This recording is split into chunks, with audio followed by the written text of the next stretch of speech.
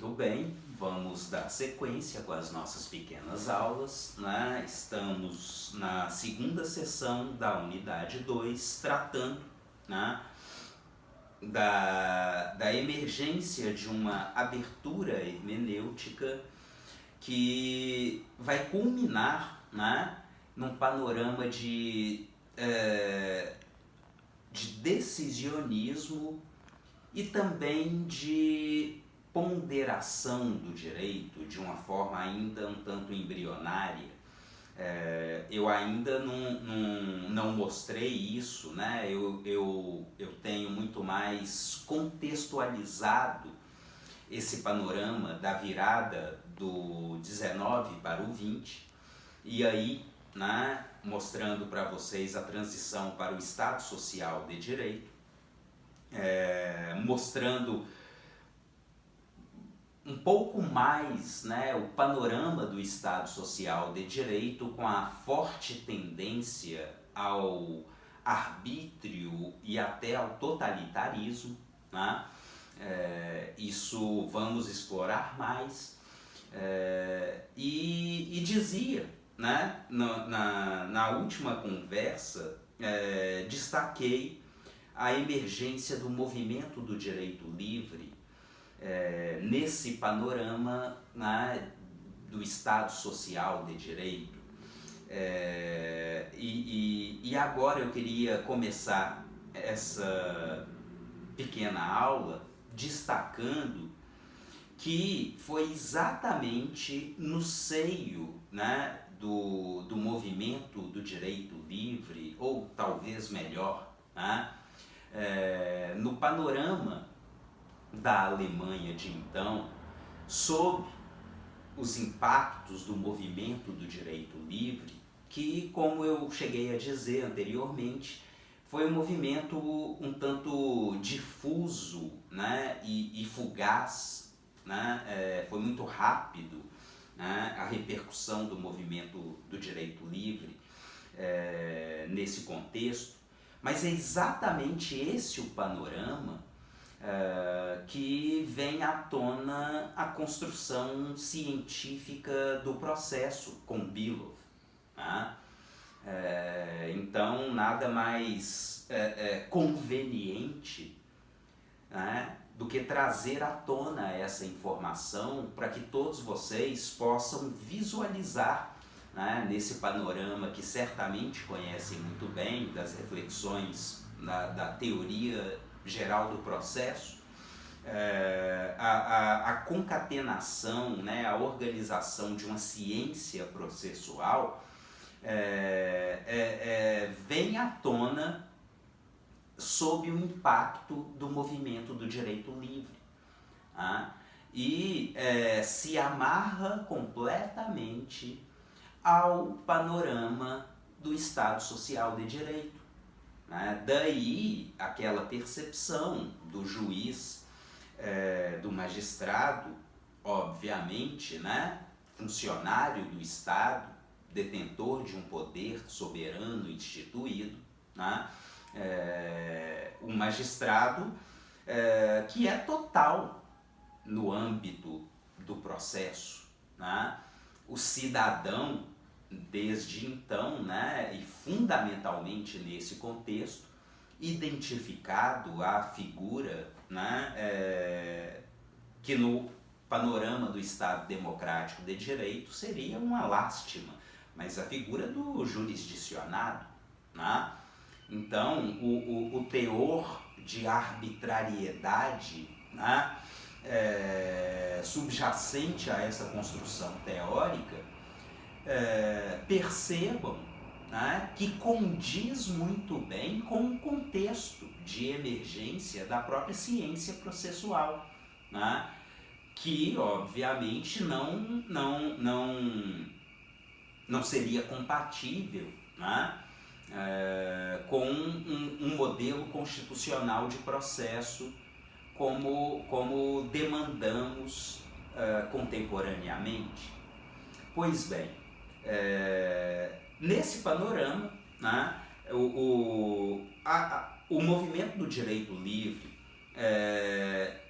pelo fato de ser tão etéreo, de ser tão fugaz e difuso, né, na verdade não, seria difícil, seria um tanto improdutivo, né, traçar pormenores. Mais conveniente, acredito eu, é falar de uma dessas consequências desse movimento que ficou conhecido, né, porque pelo menos um certo jurista chamado Philip Heck, né, o Heck buscou concatenar, né, algumas dessas demandas no que ficou conhecido como jurisprudência dos interesses, né? E com a jurisprudência dos interesses, a gente tem a materialização de uma nova corrente, né, de uma nova escola jurídica, que tem exatamente essa função de abertura, né, em relação a toda aquela blindagem lógico-formal, subsuntiva, conceitual, né, que dava a tônica naquele contexto. Quando se fala da jurisprudência dos interesses, o que está em questão, né, é exatamente o pressuposto das lacunas que continuam existindo, apesar de um pretenso sistema racional de direito. Quando pensamos, né, a própria concepção de um código de leis, é muito curioso isso, né? Eu agora não consigo me lembrar se cheguei a dizer expressamente, mas, né, no panorama da história do direito moderno, com todas as rupturas que temos, também devemos perceber sempre continuidades, né? E isso remonta ao jusracionalismo, na verdade, a ideia de um sistema racional. Por mais avesso ao jusracionalismo que o positivismo exegético, a jurisprudência dos conceitos, a escola histórica pudessem ser, e realmente eram completamente diferentes, traziam um legado do jusracionalismo, que era a ideia de um sistema racional. No caso da escola da exegese, um código de leis, um sistema racional, o que quer dizer, né, unidade, completude e coerência do ordenamento jurídico. Se o ordenamento jurídico é uma unidade completa e coerente, não há ali lacunas, né? Não há ali antinomias ou normas que se contradizem. Ele é completo, é uma unidade racional, é um sistema, né? Seja o Código Civil, seja o Código Penal, seja o Código de Processo Civil, todos eles teriam essa estrutura de um sistema racional. Quando Savigny fazia menção ao Volksgeist, ou ao espírito do povo, como a grande fonte do direito, eu disse para vocês, ele e seus pares, os juristas ou cientistas, né, os eruditos do direito, filtrariam o espírito do povo por meio de uma doutrina, um sistema racional, né, científico, daí para a jurisprudência dos conceitos de Purta, né, que é um sistema de concatenação conceitual que chega ao paroxismo. Né? Então agora, nesse novo momento, nesse novo contexto histórico, quando faço menção a Heck e a jurisprudência dos interesses,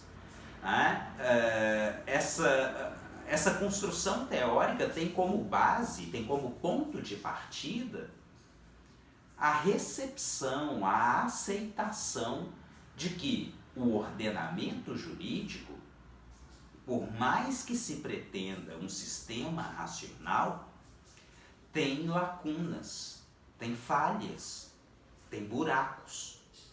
E essas lacunas precisam ser colmatadas. Né? Pressupõe-se que o ordenamento jurídico, pretensamente um sistema racional, também tem antinomias ou contradições internas, normas que se contradizem. E aí? Daí que nos casos de lacunas ou de antinomias, a gente está visualizando uma colisão. Né? A gente está colisando, a gente visualiza ou essa contradição ou um vazio. Né? É preciso resolver esses problemas. E como se resolve esses problemas? Para isso é necessário alguma abertura interpretativa. E é daí que Hayek especificamente propõe uma análise que remonte aos interesses que se fizeram hegemônicos no momento da produção das leis. Hayek é um jurista alemão sob o panorama do BGB, do Código Civil Alemão, da primeira metade do 19, e a partir do momento em que pressupõe que sim, o direito positivado, codificado, apesar de codificado, traz antinomias, traz lacunas, mas o direito tem que ser aplicado. E como que vai ser aplicado? Então, a grande novidade da jurisprudência dos interesses está aí. O aplicador do direito deve fazer uma reflexão que passe pelos interesses em disputa no momento da positivação do direito. E é o interesse hegemônico que vai orientar o aplicador do direito no caso concreto. A proposta seria basicamente essa. E o que se tem com a jurisprudência dos interesses é exatamente uma abertura para o que vem na sequência e que rotulamos como jurisprudência dos valores. É no panorama da jurisprudência dos valores que a gente vai encontrar uma primeira geração de juristas sob o panorama, sob o contexto do neoconstitucionalismo ou do paradigma do Estado Democrático de Direito. Porque a gente não pode deixar de lembrar que em meados do século XX o elemento do totalitarismo vai vir à tona com muita força. Então, toda a comunidade, toda a escola que orbitava em torno do rótulo genérico de movimento do direito livre, que tinha uma adesão, pelo menos uma simpatia com os movimentos socialistas, eles vão ser duramente perseguidos e vão se exilar a partir do momento, e aí